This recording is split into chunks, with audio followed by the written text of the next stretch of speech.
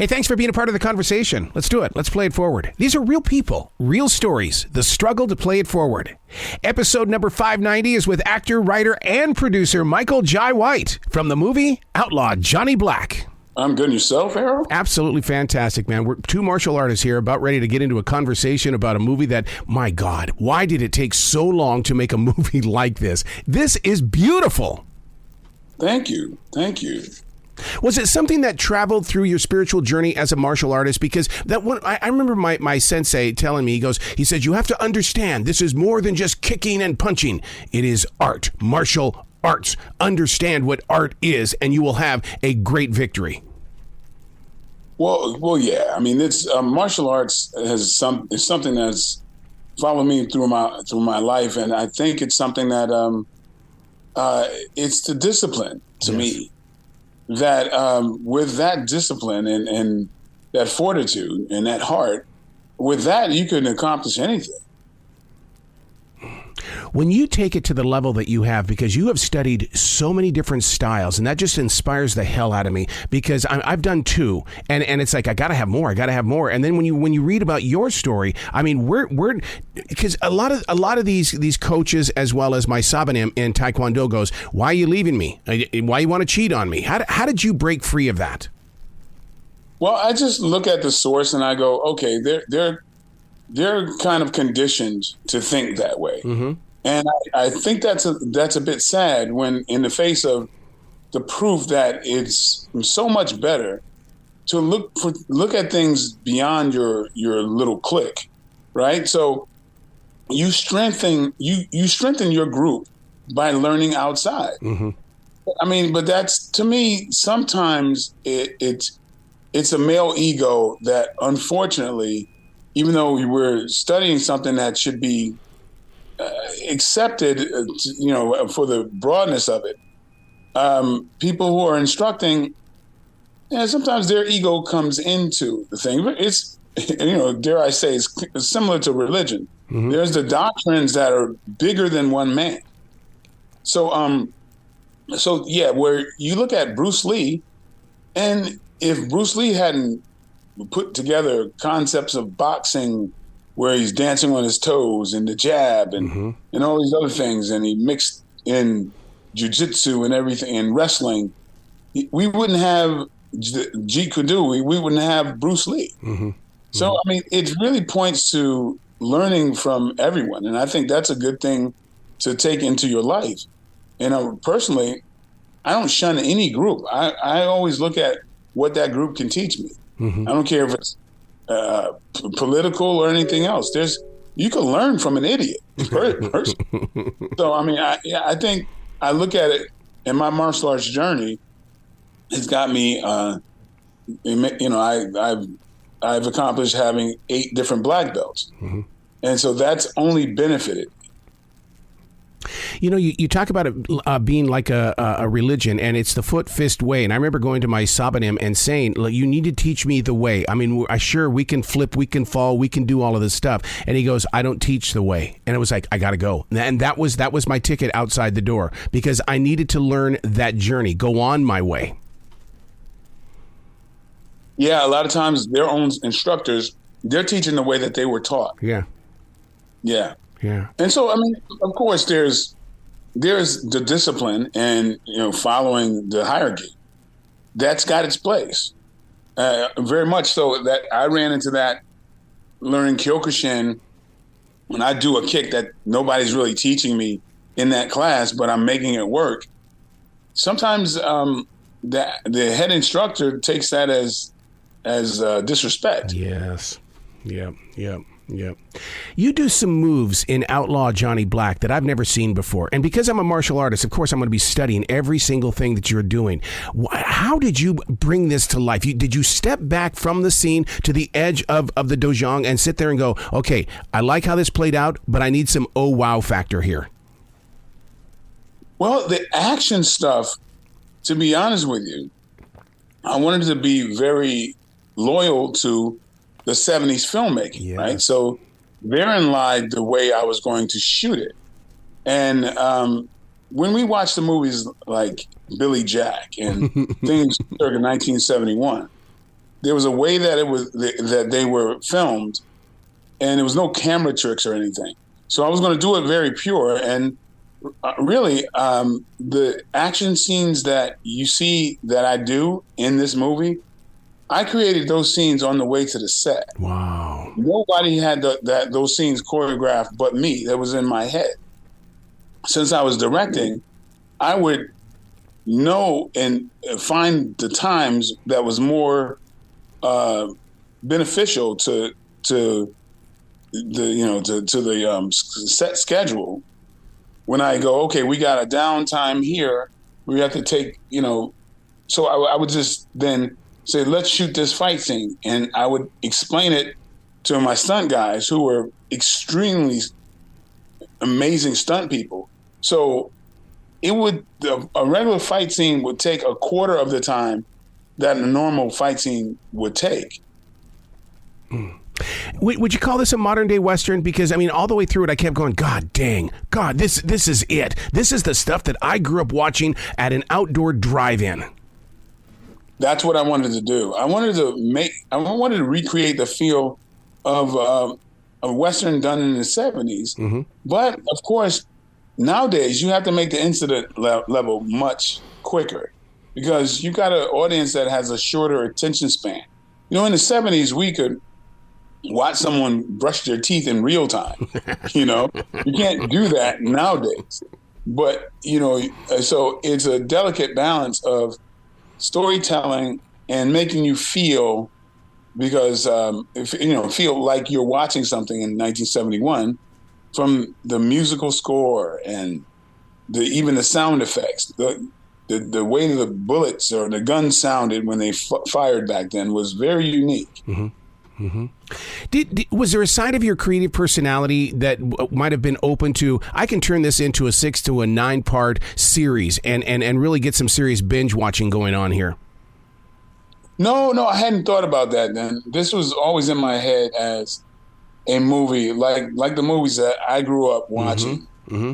And to settle in and watch a movie that had a story that concluded, Yeah. There was movies that I grew up watching from Sidney Poitier directing, Buck and the Preachers, Uptown Saturday Night, Let's Do It Again, that made you feel good at the end of the movie. You laughed and you could watch it over and over with your family. So that's what I wanted to do again. Yeah. It's definitely got that kind of a feel to it. Because even to read that, Harry Belafonte played a major role in your life. I'm going, of course, I can feel it. It's not just a movie I'm watching; it's what I'm feeling. Yes, sir. Luckily, two of my biggest role models and heroes appear in this movie. And that was the kid in me just really celebrates that. It's like a dream come true, because if not for these men, I don't know who I'd be today.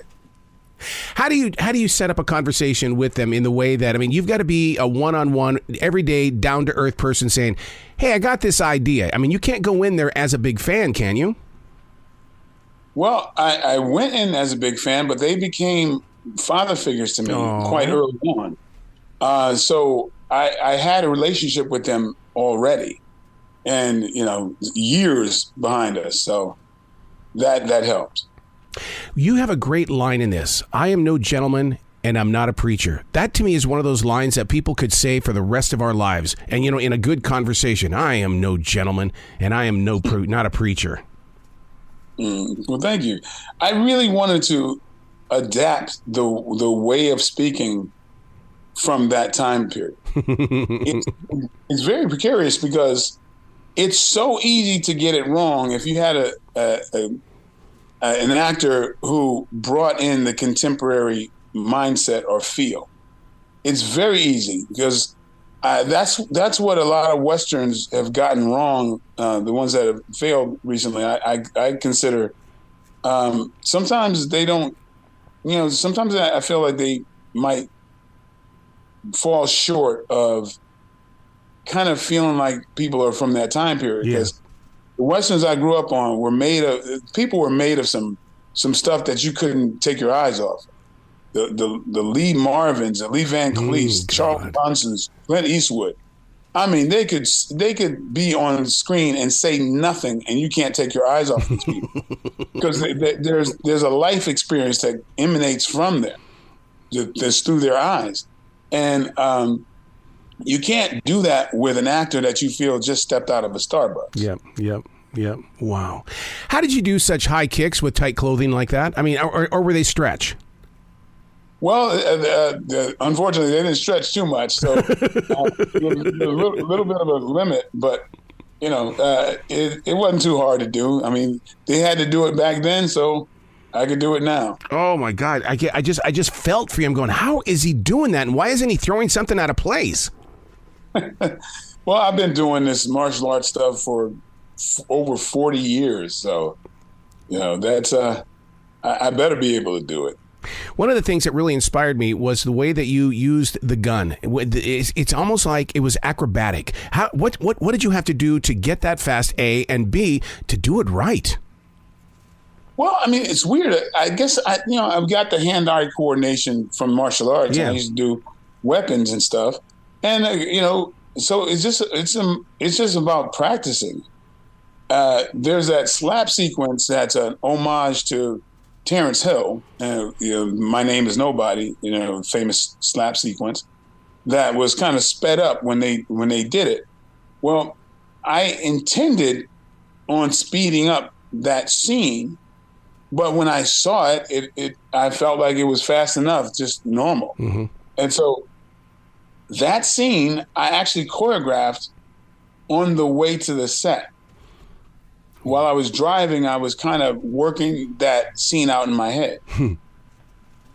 So let me ask you, I host a show on iHeartRadio called Creativity is the Addiction. Because this is twice now you talk how you build these scenes inside your head. Is creativity an addiction for you? Well, yeah, I don't know if it's an addiction, but it is such a, I mean, it's such a blessing. Yeah. It's a gift. So basically, I'm letting people in on the movie I already see in my head. See, that's inspiring to a lot of creative people because that's one of the things that's happening right now with modern day technology. I would love to see what tomorrow's producers and directors are going to do because they watch movies like yours and say, I can do this at home in my bedroom. Yeah. It's really flattering when other filmmakers are influenced by something I've done. This recent movie from Jewel Taylor, They Clone Tyrone. Mm-hmm. Jewel contacted me. He said he was so influenced by Black Dynamite that he wanted to do kind of a homage to the Anaconda malt liquor. In a scene, the drink of choice in that movie was Anaconda malt liquor, something I created for that movie, and I was very flattered by it. Black Dynamite has to be one of the first films I've ever. When I finished it, I went back and watched it again because I really felt like there's got to be Easter eggs in here. There's got to be something he planted in the background. I've got to catch it. I got to watch it all over. Well, this one has so many Easter eggs.